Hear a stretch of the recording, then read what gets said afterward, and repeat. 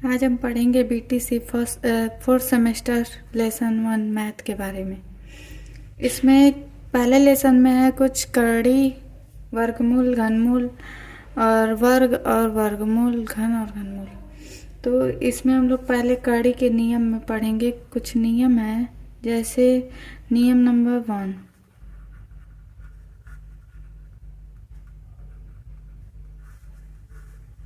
नियम 1 है n कौड़ी में a पे घाते n बराबर a पे n, फिर ये वाला जो कड़ी है वो 1/n लिख सकते हैं।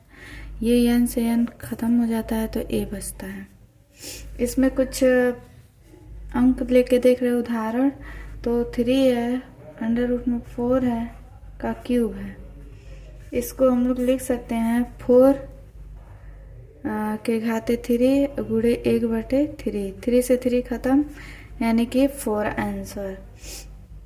ऐसे हम लोग कोई भी संख्या इस रूप में देगा तो इसका आंसर स्वयं वही संख्या आएगा।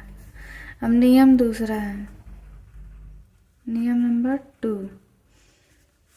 इसमें है जैसे कि यहाँ पे n है, कोई संख्या कड़ी के अंदर गुणे में होता है तो उसको ऐसे कड़ी में अलग अलग लिख सकते हैं। जैसे मान लीजिए कोई संख्या है √18 दिया है, तो इसको हम लोग अंडर रूट के अंदर ऐसे 9 गुणे 2 लिख सकते हैं, यानी कि 9 कड़ी से बाहर निकल जाएगा। 3 3 का 9 होता है। तो अगर ऐसे भी हम लोग लिखें 9 गुणे कड़ी में 2, इस नियम से कड़ी में 9 गुणे कड़ी में 2, यानी कि 9 को हम लोग 3 लिख सकते हैं और कड़ी में 2 वैसे ही रहेगा। ये हो गया इसका आंसर। ये हो गया नियम नंबर 2। अब हम लोग नियम नंबर 3 के बारे में पढ़ते हैं।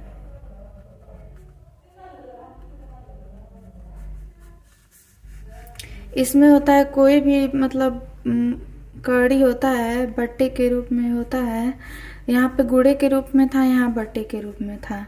तो यहाँ पे ऐसे a अलग अलग तोड़ के लिख सकते हैं, √ में b। अगर हम लोग एग्जाम्पल लेके देखें तो 12 बट्टे मान लीजिए 121 है।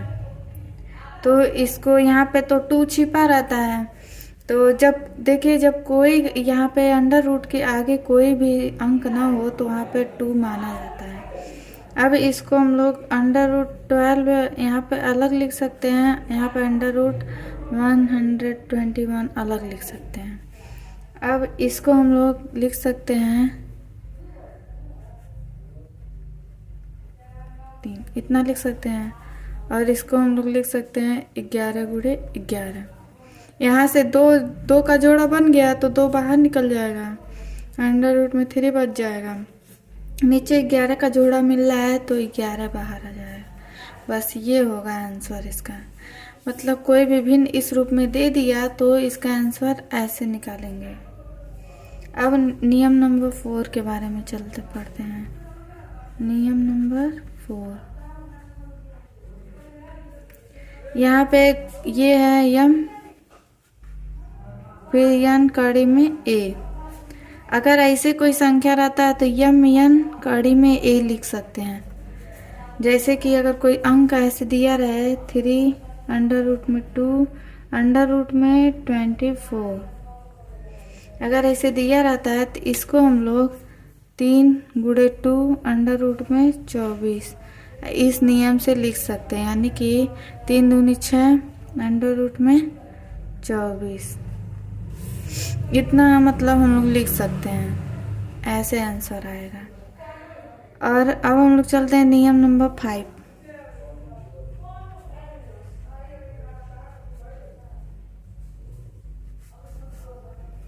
इसमें नियम नंबर 5 में ये होता है कि n ऐसे a रहता है पर m होता है, तो जो ये n है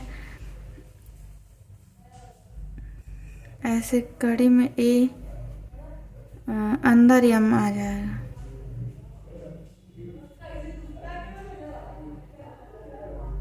ये n यहाँ पे रहेगा, यहाँ पे सामने नहीं रहता है।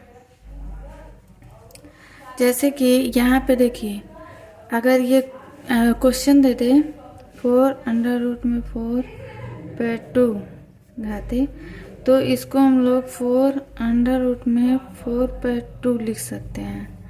तो इसका हो जाएगा 4√16। 16 जब होगा तो इसको हम लोग 4, यहाँ पे 4 मतलब 4 का जोड़ा बनेगा। तो 16 को हम लोग 2 गुणे 2 गुणे 2 गुणे 2 लिख सकते हैं। तो ये 4 हो गया, 2 4 बार आया है, इसलिए इसको बाहर निकाल देंगे, यानी कि इसका आंसर 2 हो जाएगा।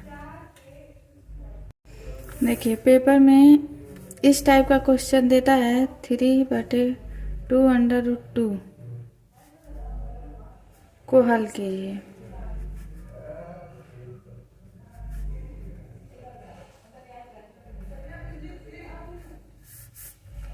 तो इसको हमेशा एक ही नियम से सॉल्व करते हैं, जैसे कि 3/2 प्लस √2। यहाँ पे नीचे के विपरीत चिन्ह से अंश और हर में गुणा करते हैं। यहाँ पे इसको सॉल्व करने का एक ही मतलब है कि जो नीचे है हर, इस यहाँ से कड़ी को हटाना रहता है, तो इसको परमीकरण करते हैं। परमीकरण का मतलब है यहाँ ऊपर के नीचे के विपरीत चिन्ह से अंश और हर में गुणा करना, यानी कि 3/2 प्लस √2 गुणे इसके विपरीत चिन्ह से, यानी कि यहाँ प्लस है तो यहाँ पे माइनस हो जाएगा।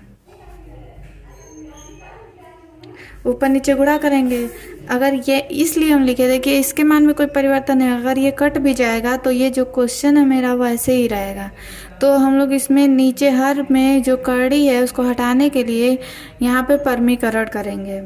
अब यहाँ पे देखिए इसके सामने सामने गुणा होगा तो 3, यहाँ पे 2 माइनस √2, और नीचे देखिए 2 प्लस √2, फिर 2 माइनस √2। देखिए यहाँ पे 3 है तो अंदर गुणा कर देंगे, 3 दूनी 6 माइनस 3 कड़ी में 2, बट यहाँ पे देखिए a plus B a minus B, इस तरीके का दिख रहा है ना, a प्लस बी और a माइनस बी। ये इसका फार्मूला किसका है? ये फार्मूला a² माइनस b² का, यहाँ पे ये फार्मूला यूज हुआ है। तो a plus B a minus B, इसका ये छोटा रूप होता है a² माइनस b², यानी कि 2 का स्क्वायर माइनस √2 का स्क्वायर। अब देखिए 6 माइनस 3 √2, 2 दूनी 4, आइए √2 का स्क्वायर करेंगे तो √2 बस हट जाएगा, यानी कि 6 माइनस 3 √2, और नीचे 4 में 2 जाएगा 2। यहाँ आंसर आ गया, पर इसको ऐसे करके लिख देंगे, 3 कॉमन ले लेंगे, 2 माइनस √2, यहाँ पे बटे 2 आ जाएगा नीचे, यहाँ आंसर होगा। इसी तरीके का मतलब ऐसे ही क्वेश्चन अगर मान लीजिए दिया 5/2 माइनस √3 को हल कीजिए।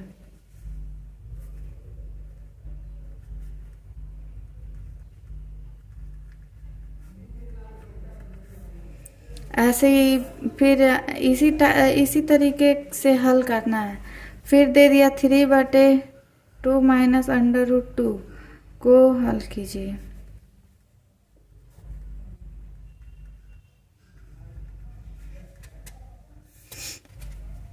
फिर इसी तरीके का क्वेश्चन देगा। अगर आपको ये समझ में आया है तो इन दोनों क्वेश्चन को सॉल्व करके कमेंट कर दीजिएगा।